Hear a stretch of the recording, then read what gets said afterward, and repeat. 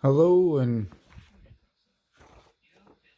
good morning, good day, good evening, good night, wherever you are. I hope you're well while this world goes crazy. Shout out, this episode is to. Oh, my paper disappeared. Joe Rogan's guests. And at the moment, the only one I remember is My Mind's Too Dirty to Be Able to Be Washed by Bridget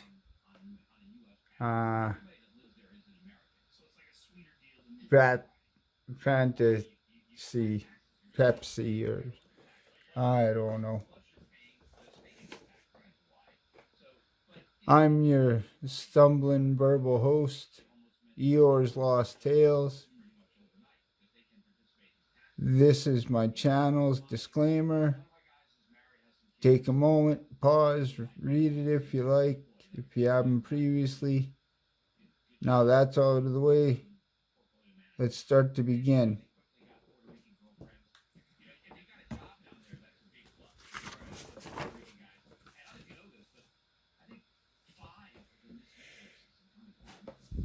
Remastered edition of Pitt versus Hulk.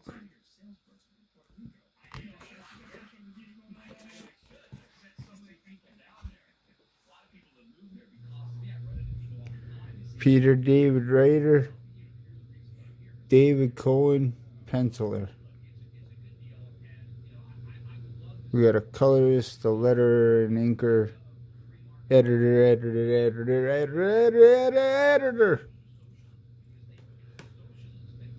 Have you ever met someone and taken an instant dislike to them?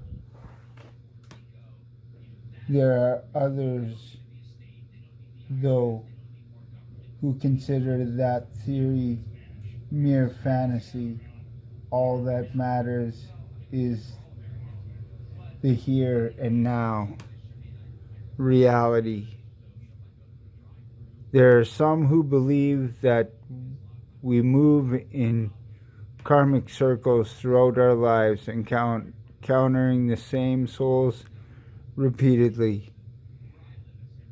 That we react negatively to someone, we are called animus, left from a previous life.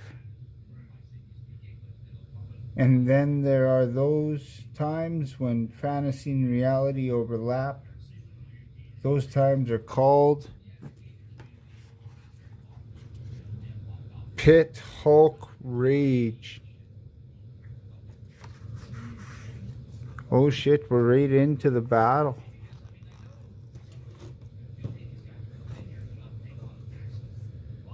They charge. Raw. Growl. Thump. Ha. Roar. Grr. The children seek to intercept on behalf of the tribe's master. But his elder brother wisely stops him from the elder's grip on reality is firm, and he knows that were the child to try and intervene, his chances of survival would be non-existent.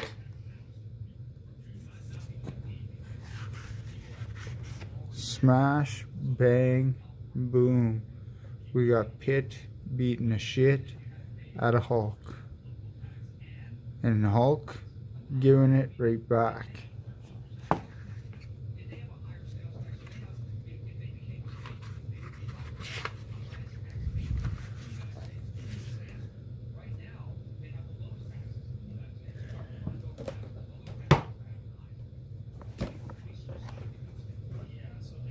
Two creatures with no names that any would comprehend, fighting a battle on such length, violence, and ferocity that it will imprint in the radical memory of humanity.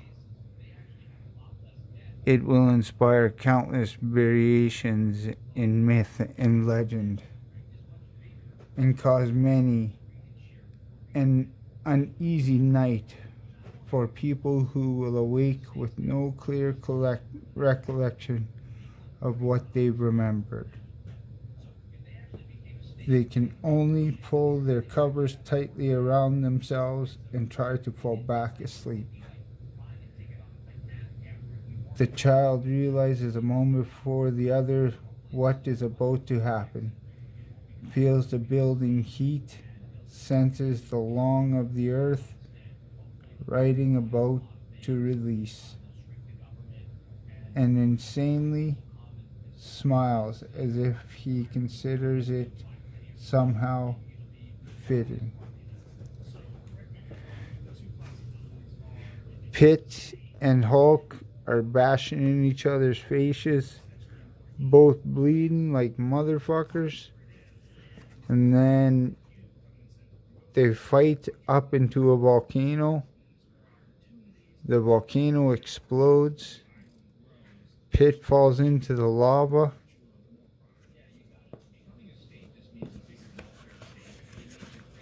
Pitt, got it. Go Pitt.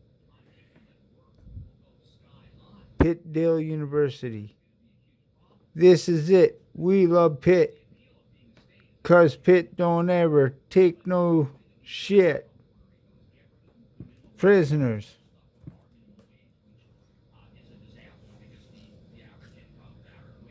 What an exciting life you lead, Mr. Jones.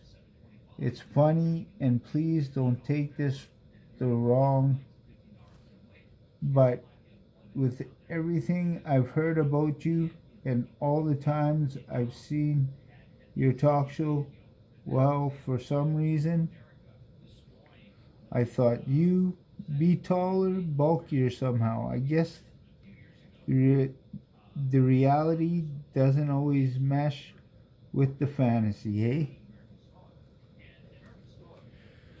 Sorry about the noise. It's homecoming anyway. Little Timmy has read your book several times since he's arrived. Since you were in the area on a promotional tour, we thought you could give us a Tennessee help. One of the caseworkers, Dharma Miller, had been working with him. I think Timmy has a crush on her, but he's still rather tight-lipped. And you have no idea where he comes from, Miss Riggs? No, he just showed up in a playground one day with a wild story. Police brought him here to the orphanage. The wild story begins. A social worker and gentleman are conversing back and forth as Timmy's up in his room talking to himself, looking out over this parade going by their place. That he was being persuaded by an oddly colored monster named Pitt. I suppose he got the name from a local sign. In any event, I thought he might have common grounds. I thought you and me might have common grounds. So where is he? Autograph and a copy of Sidekick. Happy to. Upstairs. But before you go, well, I was hoping you wouldn't mind. Oh, that's when he says he'll sign a copy of her book. I hope this doesn't come across as gushing, but well, you're one of the most exciting things to hit Pittsdale.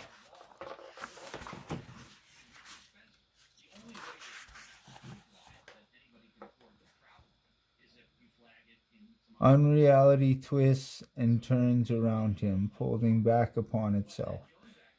And sheer into his mind is the recollection of an angry child, a child apparently capable of bending reality to its very whim, a child who screams, I can't believe we were ever friends. I don't want you in my life. I want something real, normal. I want a mom and a dad. I want to be as far away from you as I can. It's showing a flashback of when Pitt tossed him into Hulk's reality. Come on, son, don't move. For me, huh? For Darla, just cut me a break. The light's so perfect. Right here, you are so just right where you crud. Had to go and rack it. Story of my life. Things are always going along great, and then stuff happens like the Earth's rotation. Engagements. I must be nuts. How could I have said yes? It's so not me. Marriage, commitment, a family. Geez, it's all so real. Oh my God.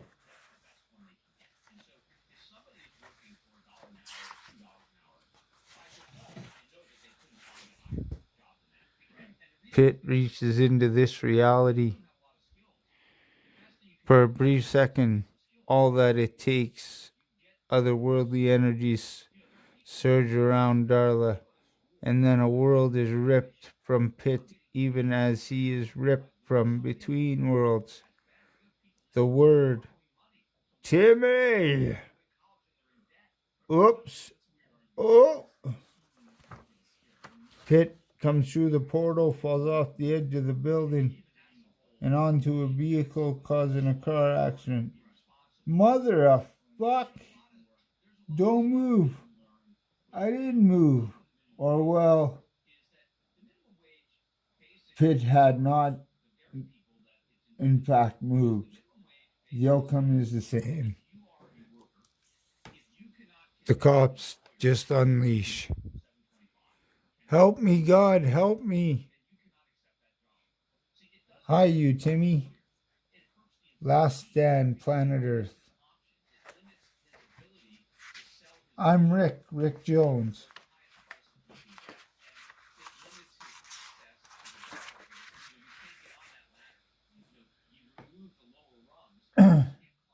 Folks here thought you could use someone to talk to. No thanks, my mom's coming for me. Well, until she does, how about you and me talk about the monster that's been chasing you? Sure, like you believe me. Kid, you'd be amazed at what I believe. The Hulk's thoughts are usually quite orderly, but the sight of Rick Jones is enough to bring roaring back to the sort of turmoil he had hoped he'd left behind.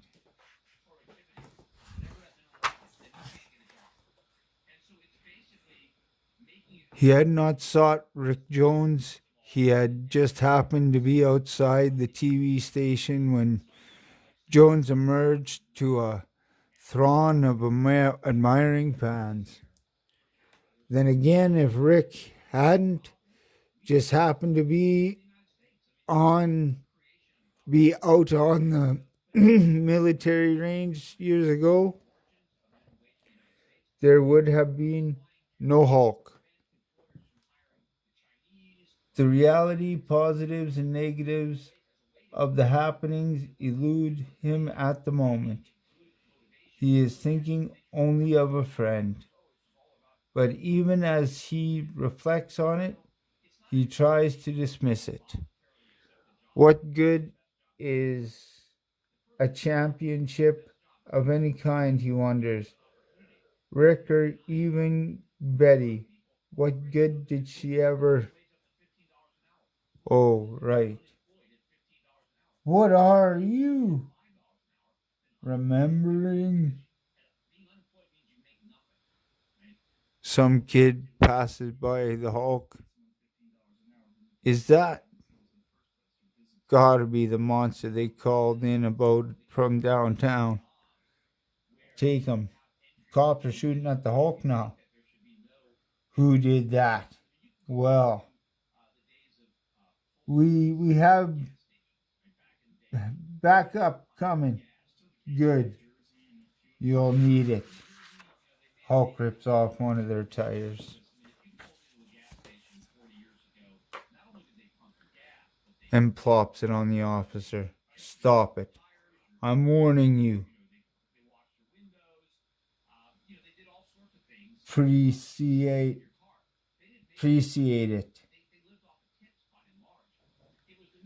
Better stay there or look tired. You look tired. I had a mom and a brother. Never got along with him, though he wasn't anything like you, Rick. I know being an orphan's tough, but you can deal with it. First thing you gotta do, and I know it sounds rough, first thing is you gotta let go of the fantasy that your folks will show up and save you for a second. Will show up for you any second. Timmy? I knew you'd come back. It's gotta be a shapeshifter.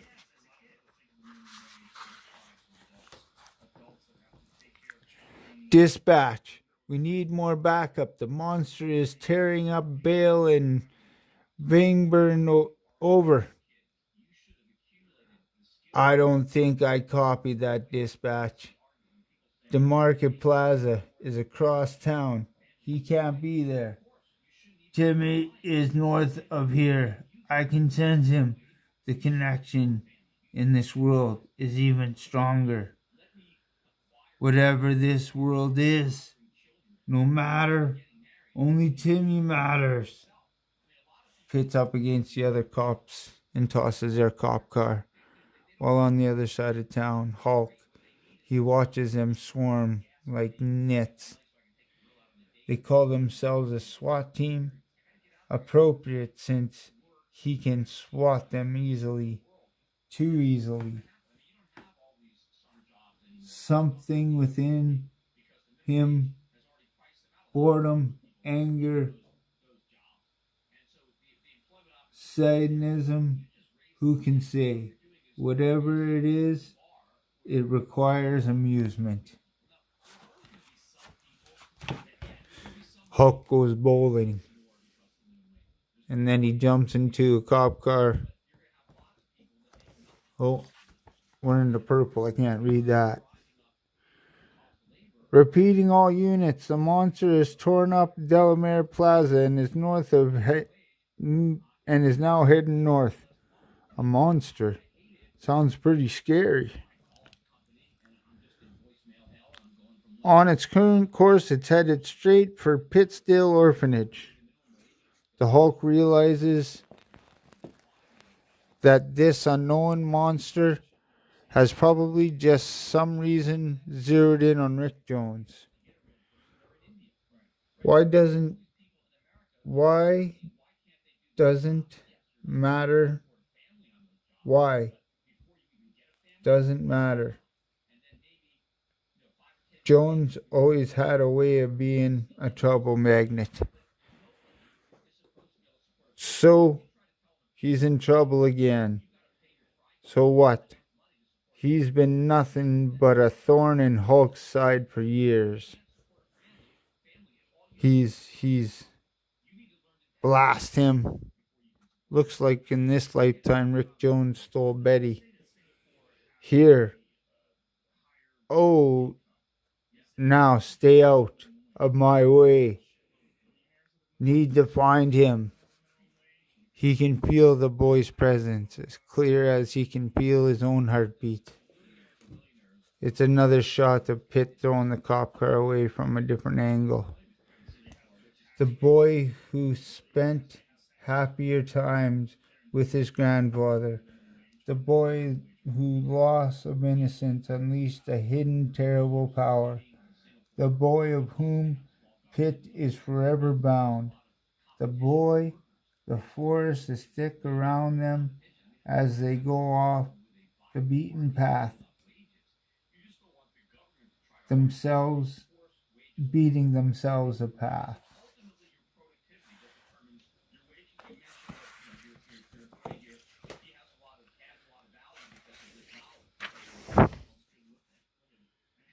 Pitt with Grandpa, or Grandpa and Timmy, and then Timmy and Pitt.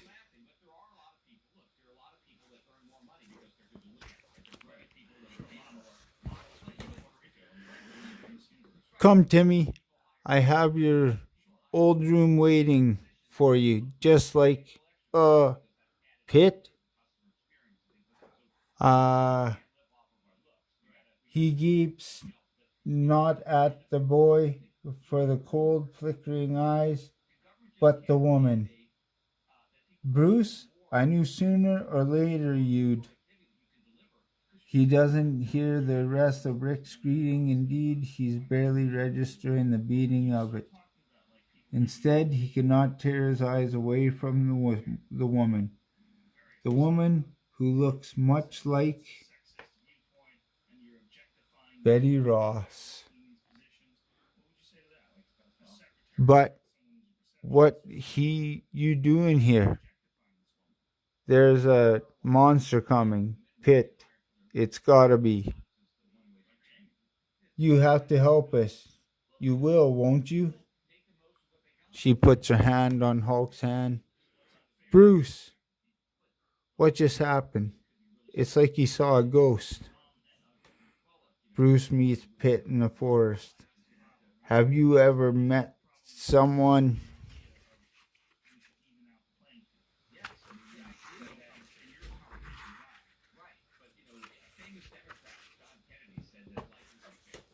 And taken an instant dislike to them? There are some who believe that we move in karmatic circles throughout our lives, encountering the same souls repeatedly. That when we react negatively to someone, we are recalling an animus left from a previous life. There are no others, though, who consider that theory more fantasy, and all that matters is here and now, reality. And then those times when fantasy and reality overlap, those times are called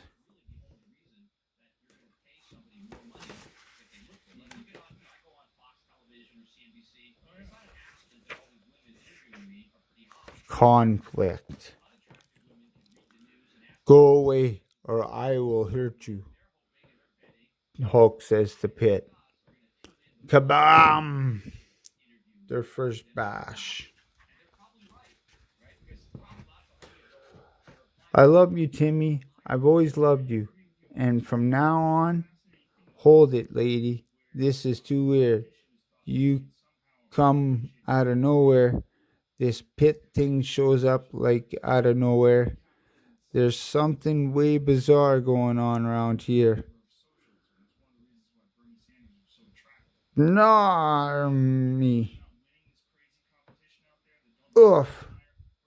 Something blasts Rick Jones away. Come along, Timmy. He'll be fine. Now, don't daddle.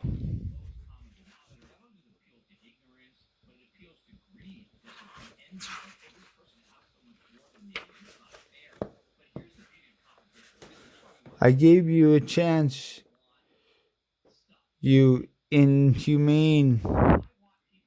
You talk humanity to me. You come between me and the only thing that has meaning to me. The boy and I are bound to each other, such as you couldn't possibly understand. a bond of the soul.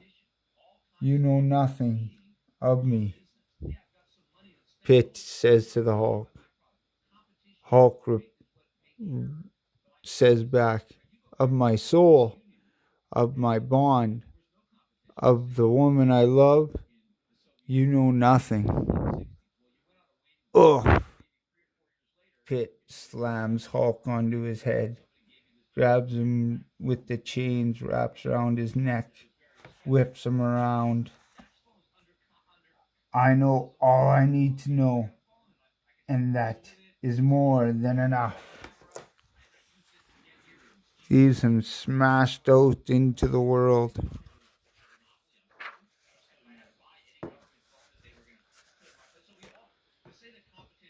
Oh man, I wish they'd never. Oops, did I miss a page? No. Oh man, I wish they'd never make softer buildings. Hi. Timmy, hold it, monstro. Leave that kid alone. Rick Jones grabs a hold of one of Pitt's loose chains, gets dragged behind until he finds a way to slow him down. Hey, down, Jones. Whoa, thanks for the comfy 80-second warning. Who are you? No, never mind. It doesn't matter, does it? The Hulk is coming upon Pitt. All that matters is that I win, says the Hulk, smashing down on the back of Pitt's skull.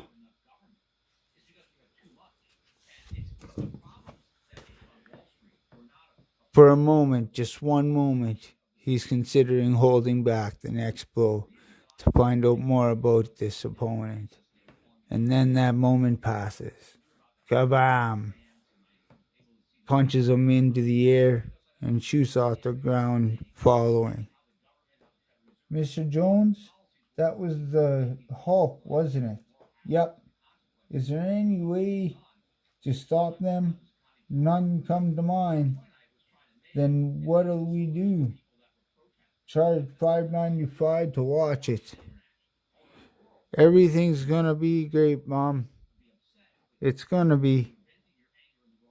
Oh no, no way. Go away. 66. The way I want.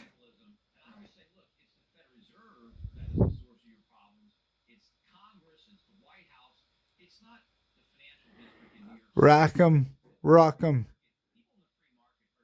Get that ball. And ready, fight. Rickety rack, kick him in the leg. Rickety rolls, kick him in the other leg. Cheers. The crowd in the stadium of a football game where Pitt lands and everybody screams.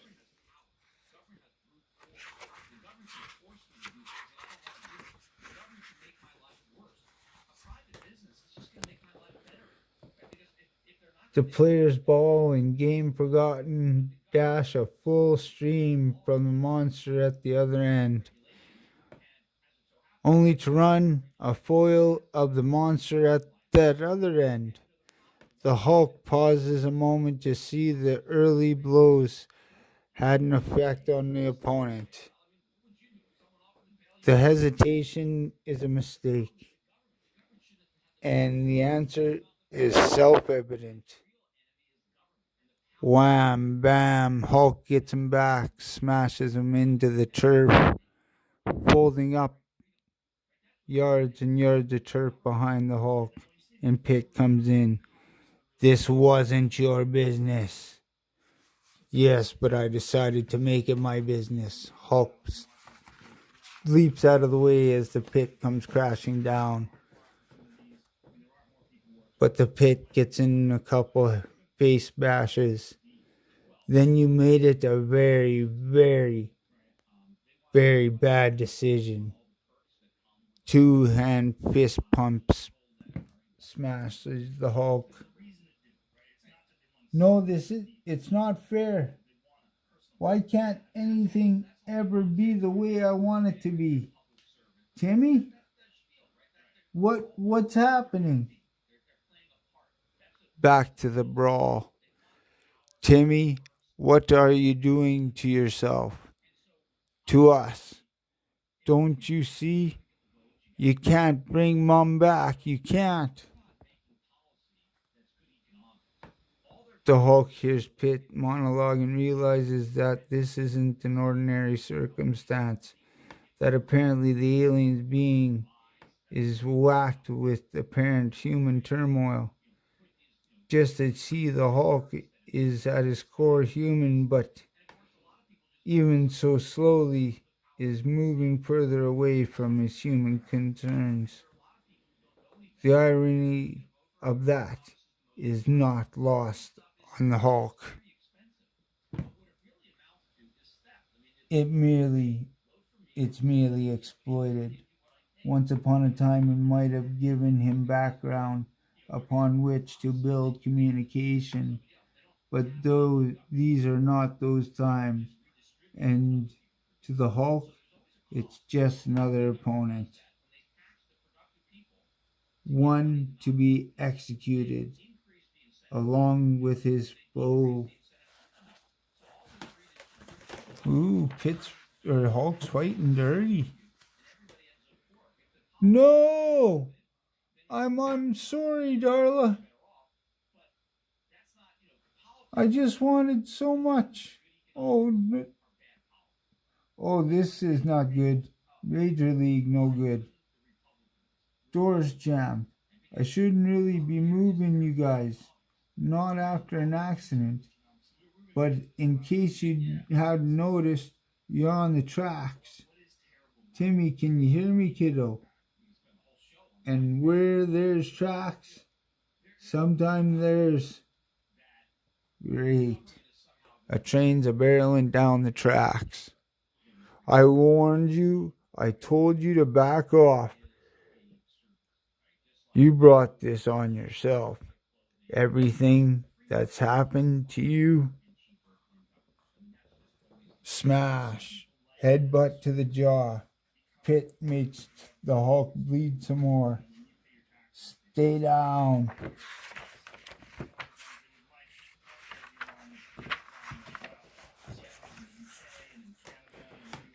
Back to the accident. Kid, come on, this is real serious. No, nothing's real. Nothing matters. Nothing except Pitt. Okay, come on, lady. Let's get you out. And you can help me. Huh? You're not this muth. His muth? Forget it. I'll get it sorted out later, if there is a later. Timmy! Pitt picks up the car. Don't worry, he's here. He'll always be here. And the jammed door, picked at that precise moment, unjammed. The Hulk is now steadily away. However important the boy is to his foe, he cannot bring himself to do it. His slight, perverse nature almost prompts him to just let the boy die, just to upset Pitt. This softness angers him, for it makes him less than he would like. He feels the need to prove something to himself. He might have been able to get the boy clear of the tracks. That will cause more damage. It gives me some small satisfaction.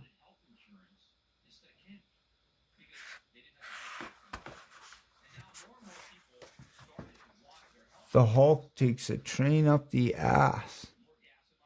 Timmy, you saved Timmy. Thank you. And it looks into the eyes of the alien being and sees more humanity there than himself possesses. It's more than he can stand. Holy shit, the Hulk grabs Pitt, the fight's not over.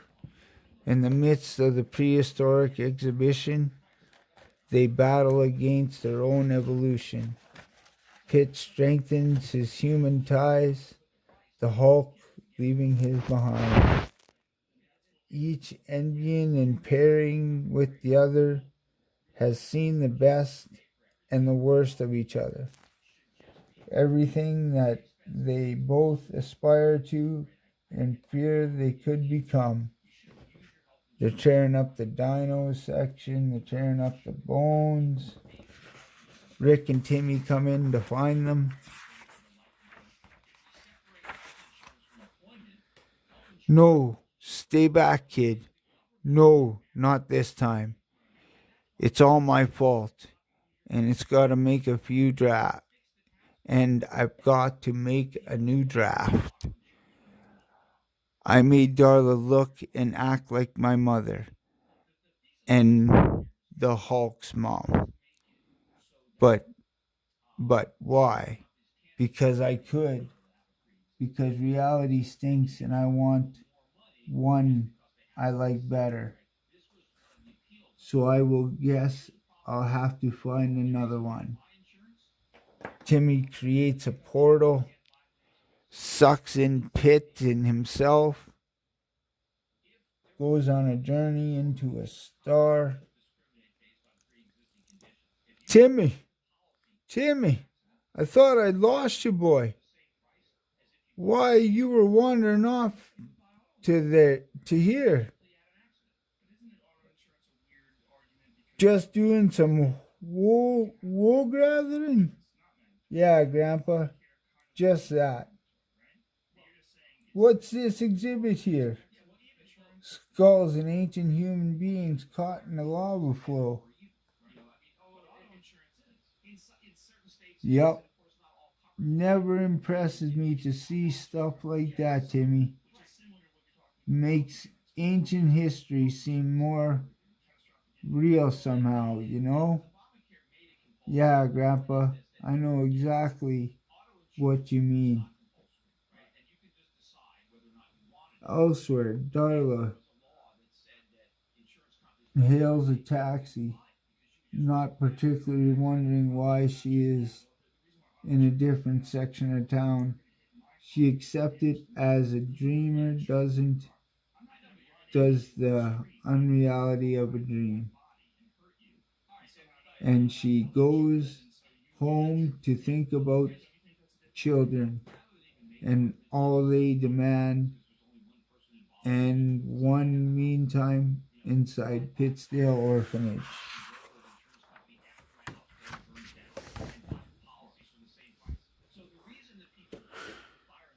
That was weird.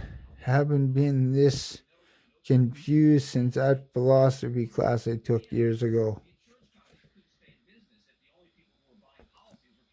The one where he tried to tell us they maybe all of reality exists as someone's dream, that everything is subjective, nothing's real, and the worlds within worlds of, Jimmy left some books.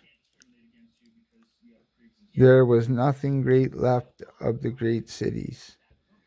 The two generals had leveled everything that was between them. And now nothing stood except them. From across centuries of hatred, they snarled at each other, for each was the entity between General Huck and General Pitt. It always had been thus, since their first encounter. Have you ever met someone and taken an instant dislike to them? Last stand. The end.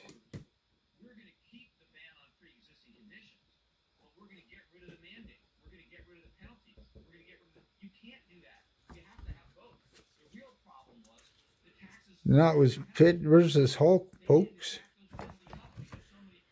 Then we got a couple fucking Spareleys we'll do in the next episode.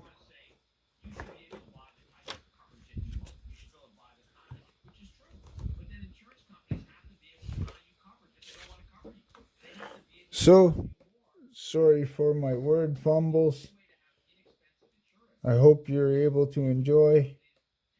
Once again, we have come back to shout-outs. Well, I lost my list, so all you get is my brain's too dirty to be washed from a guest off the Joe Rogan show. So, always remember, nil illegitimi carboundrum.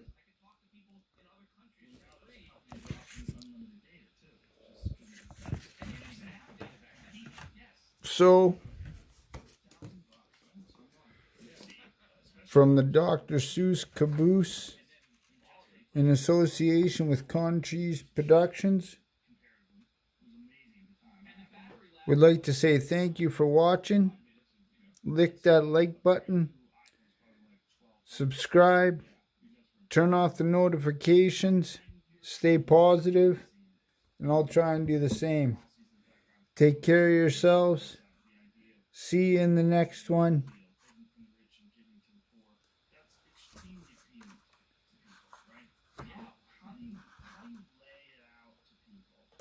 Fuck you, you're welcome. And from Tolkien himself, via Gary Beagler of Nerd Erotic, not all that wander are lost. Good night, good day, good morning, good evening, ta-ta.